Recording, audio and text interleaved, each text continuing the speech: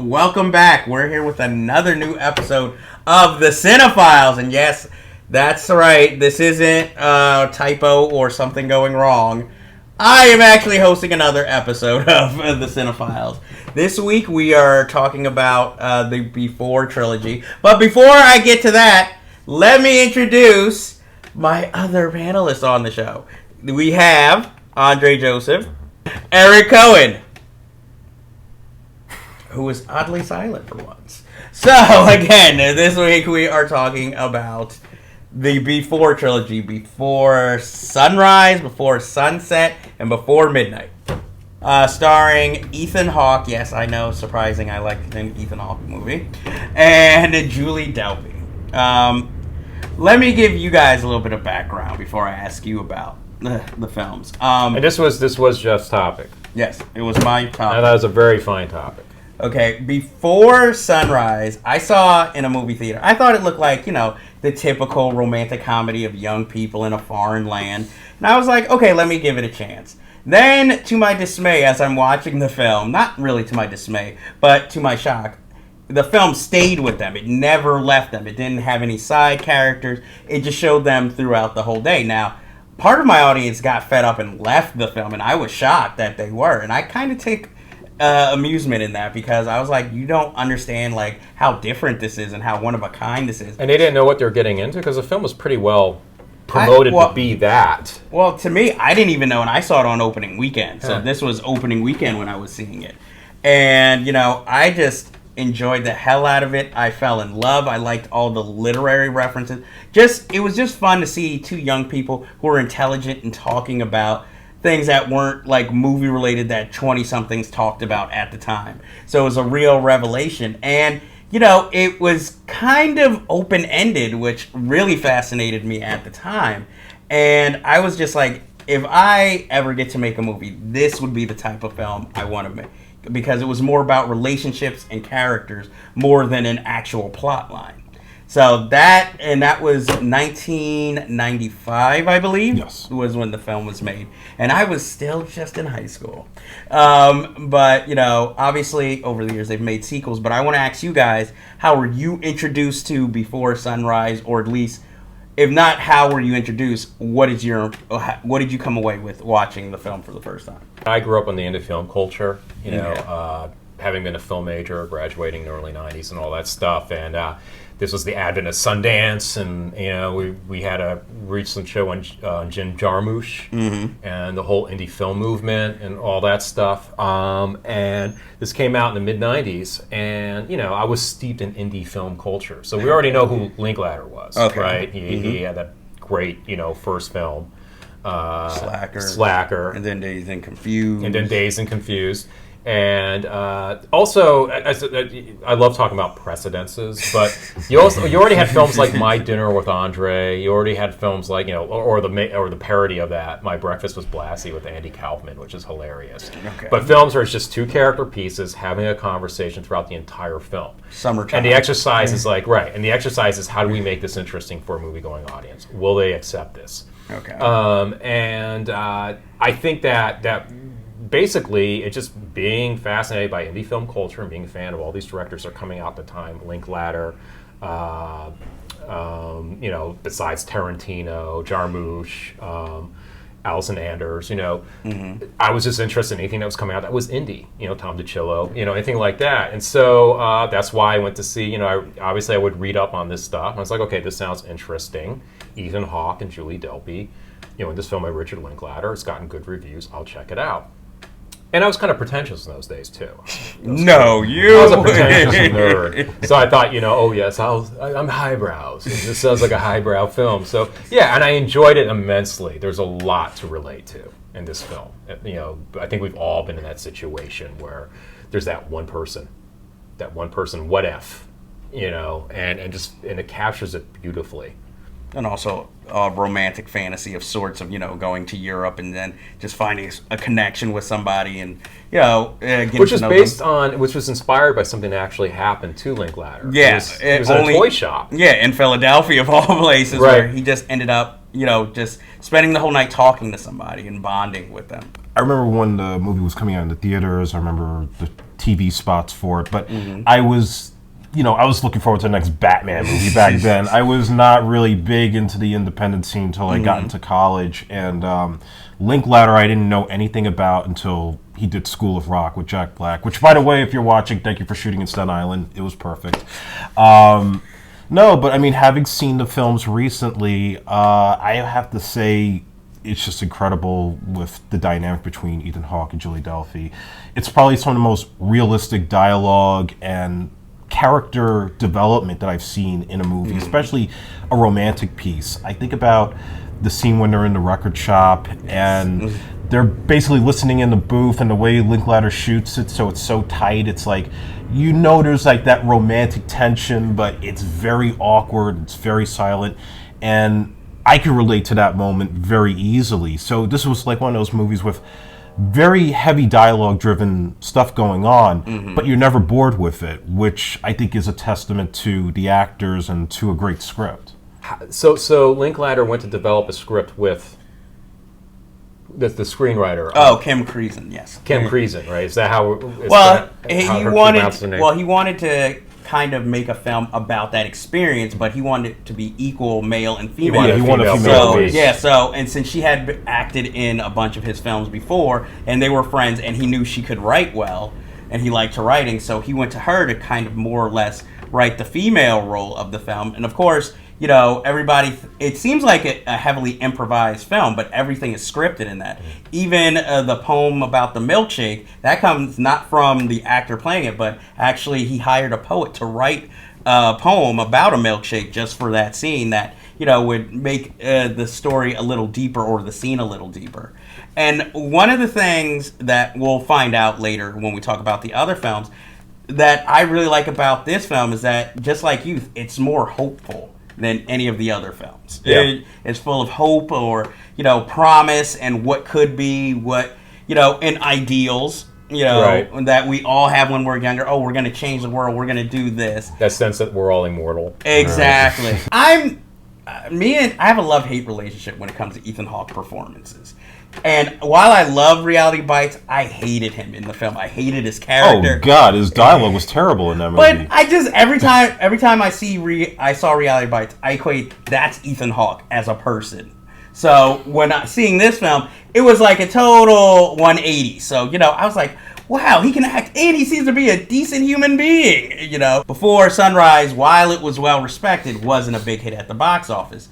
So he decided to go to Ethan Hawke and Julie Delpy directly and develop a sequel where they saw the characters going and where they saw themselves at the time. I consider Before Sunrise and Before Sunset, to me, almost like one film. Because it's like a beginning and an after, because we didn't know we were going to get a trilogy. So I was ready to just call it, okay, it's one film. Like, think of it as Kill Bill, Part 1 and 2 together, a master cut. The thing with this film, though, it's a lot more heartbreaking than you would expect it to be. Well, the setup is now he's a successful author. Yeah, and he's doing a book signing in Paris. Yeah, when the book is about. And it's about that first meeting. Exactly. And Julie Delpy shows up to have her book autographed, being the girl that the book was about. And that's how that sets off this new conversation. Yes, which is like... Before Sunset. Right. And they also realized they're missing each other a lot, too, because there's at one point when they realized they were living in New York at the same time. And they just kept missing each other. And reportedly, at the time, a lot of people speculated, since Ethan Hawke was going through a divorce in real life and had a child with Uma Thurman, that his character, who is clearly, he says he loves his wife, but through discussions, you can see that he's only still in the relationship for the sake of his son. The first one, they were kids. Yes. The second one, they were adults, but they weren't grown-ups. Exactly. And then when we get to the third one, that's when they're grown-ups. Exactly. I mean, I love this film. Obviously, I love the whole trilogy, but I want to hear... It's a great extension to the first piece. And it's kind of like, I liken the Before movies, I guess that's what we're going to call the trilogy, to being sort of like the fictional version of the Up series, the Michael Apted documentary series that follows the same set of kids, until they're like 12, until they're like in their 30s, until they're in their 40s, right? Only in this series, it's every 9 years. Right, it's every 9 years, and we only have 3 of them so far. But it's really fun to follow these two characters and see where they're at 9 years later, almost a decade later, and it just feels like a natural extension of what came before. I mean, clearly these characters are older. Clearly they've had a whole 9 years worth of experience, which really shows in these performances. And I, you know what? If Hawke and Delpy were instrumental in that script, whatever we got, it must have really added what's the word I'm looking, some sort of authenticity to it, because it does. I'm not saying it's better than the first film, Okay. but there is authenticity to these two performances and their dynamics and things like that. And it may have to do with the fact that they came up with the script on their own. It may have to do with the fact that they knew each other well enough that they could play this in their sleep at this point. Yeah, and I gotta say too with Delpy that not that I knew a lot about her before I saw these films, but she really kind of grew on me as the character grew over the course of the films. Like, I think she became a little bit more funnier, a little bit more looser, whereas in the first one she was not so sure of, obviously, what was going to go down with her and Ethan Hawke. But it's just a testament again to her talent, you know, not only just as an actor, but as a writer, and even as a director herself with her work as well. Yeah, the ending is just, it's ambiguous, but it's not. You know? Yeah. It's one of those things where it's like, okay, it's like a cliffhanger. Yeah, it felt a little abrupt. More so than the first one. Yeah, but it's still emotionally authentic. And finally, we come to Before Midnight 9 years later, a film we weren't sure we were ever going to get because it was never planned. And, you know, after the second one, it kind of, even though you said it ended on a cliffhanger, it, to me, felt complete. Like, if they didn't make another one, I would have been... Oh, I completely agree. I would have been fine, but... You know, this one was shrouded in mystery because they were all meeting in Greece at the time, and they were saying, oh, we're just going to try and write one and see if it still works. But in actuality, they were actually filming this. And again, it only took 15 days to film because I guess they had written it previously altogether in a matter of a few days. Which I thought was, like, bizarre. I mean, why was the point of, like, putting that out there? Was that because they thought it would give it PR? I don't know if it was because it was PR or if, you know... They didn't want the world. I guess maybe sort of like how when Before Sunrise came out, it was more like Before Sunset. Linklater wanted to do his own J.J. Abrams mystery box. Okay, yeah, we're just here hanging in Greece. We might write one. Before Midnight, this film, it feels right, but it's a fucking heartbreaker through most of the film. This, to me, is a natural progression, but. Call me misogynistic, I might be. Julie Delpy's character is realistic, but kind of crazy because it seems like I don't want to get into relationships. I understand what you're going to say. Okay. Let me help you out, but at the same time, it's understandable why she might be like that. This will probably wind up being one of my favorite movies of the year too. Okay. I was actually surprised how much I liked it because, like, can they do this a third time? You know, and like can they maintain that? You know, whatever that momentum from the first two films. Before, let's just say where we're at in the story of their lives. In the beginning of the film, Ethan Hawke is sending his son back to the United States. He's divorced his wife. And they're in Greece. Yes, on vacation. He's now married to Celine. He's still a writer. She works for the government. It's not clear whether she has a job at the moment, but she's taking a job offer. Yes. Which gets revealed like later into the film. And they have two daughters now, two twin daughters. Yeah, collectively they have two daughters. And yeah, they're on vacation in Greece. Now, what's interesting about this film is that they open it up a bit more. They bring in more characters. Yeah, it's not a two-person piece anymore. In fact, the whole first half of the film is just their interaction with their friends. Exactly. And that was really interesting because they're basically comparing couples, and you're getting like different dynamics and in the dialogue. Now, going back to what you're saying about Julie Delpy, I somewhat agree with you and I somewhat don't. And I'm not sure this is where you're going with it. What I got out of that is the relationship dynamic, right? Where the guy might have a perspective of the female, whereas the female might have a perspective of the male, and they're both valid. Because Ethan Hawke represents that passive-aggressive, Okay. May even provoke a situation, but do it in such a subtle way where he won't take responsibility for it. He's like, I don't understand what your problem is. I'm just easygoing, man. That kind of thing. Mm-hmm. Even though he's probably intentionally needling her, while at the same time, she's all upset that she feels like she sacrificed a lot, her career and stuff, so that he could have a successful career as an author. And he's, at this point in his life, a very successful, very popular author. Yes. And there's these little like hints that he's become really narcissistic. He loves talking about his next novel. And there's also a question as to whether he had an affair that comes up later in the film. That's never truly answered. Right, it's never really truly answered, and it's really, the whole conversation is handled very well. But this is a darker film than his first I was almost ready to call it fatalistic, almost. Again, it's honest. I mean, I'm ex-married. Okay. Right, and it's watching this like, oh my God, yeah, that's how marriage is. It really is. That's what it is. Marriage is a love-hate thing. It really, really is. And it's really hard work, and that's the thing that I thought was the most interesting message. The thing that resonated for me in this is that they really capture that. If you're in for this, you're in for this for the long haul. If you want to work, you're going to have to work your ass off, but it's not going to be easy. And they really showed that within what was supposed to be a span of one day, and I thought they were both phenomenal. But that's where it sort of pays off to see the first two movies before midnight, because you kind of get the sense, you figure everything's happily ever after, they're married, they're living in Greece, they have two beautiful kids. But right away from the get-go, when he sends his son off to go back, and you see just the little expressions in Ethan Hawke's face that, there's like a small ticking time bomb that's about to go off. But you're not sure, because the movie sort of plays out like the other two films with the conversations and that great scene with the couples at the dinner table. The last 30 minutes of this film, oh my God, I was gripped to the edge of my seat just with the hotel room scene. Is brilliant.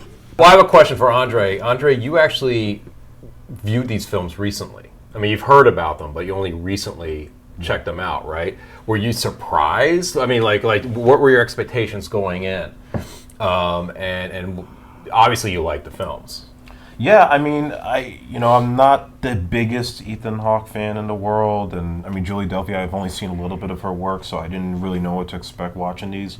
I think of the three, I liked Before Sunrise the most, simply because it's that young sort of adventure and love type of tale, and the discovery of the characters by their interactions with each other. So I think maybe because I'm still, I'm 30 now, like I still sort of relate to that particular film compared to the other two. Yeah, I could be totally wrong about this, but like the three films could act like a Rorschach test for certain people as to which one could be their favorite film, depending upon which one they relate to and which period of their lives, and how they like to see themselves in relationships and things like that. But I mean, the one thing I have to say about at least Before Midnight, it doesn't come as much of a shock if you've been watching, like, let's say, Julie Delpy's own writing and directing films like was it 2 Days in New York and 2 Days in Paris, because she kind of sort of plays that same character under a different set of circumstances and probably not as romantic, but maybe a little more neurotic or just as neurotic as the character in this film.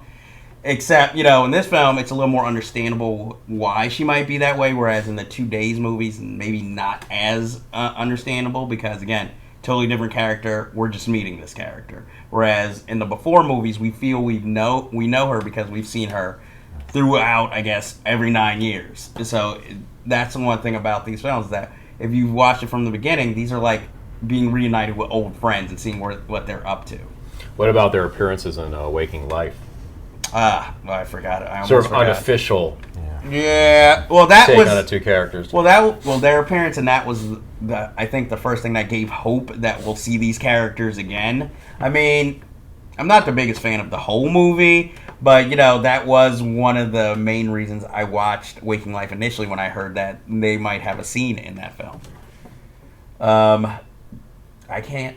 do you remember the conversation specifically? I don't, because Okay. Waking Life bored the hell out of me. I thought it was a fascinating experiment. It's good to look at. You know, I think he was more successful with that experiment when he did A Scanner Darkly. Okay. But I thought Waking Life just went on and on and on, you know. Respected it more than I enjoyed it. So, no, I don't remember. I just remember, oh, yeah, 2 characters. Well, why not? Why wouldn't they be in this film? It's a Linklater film. Yeah, streamlined consciousness. Right.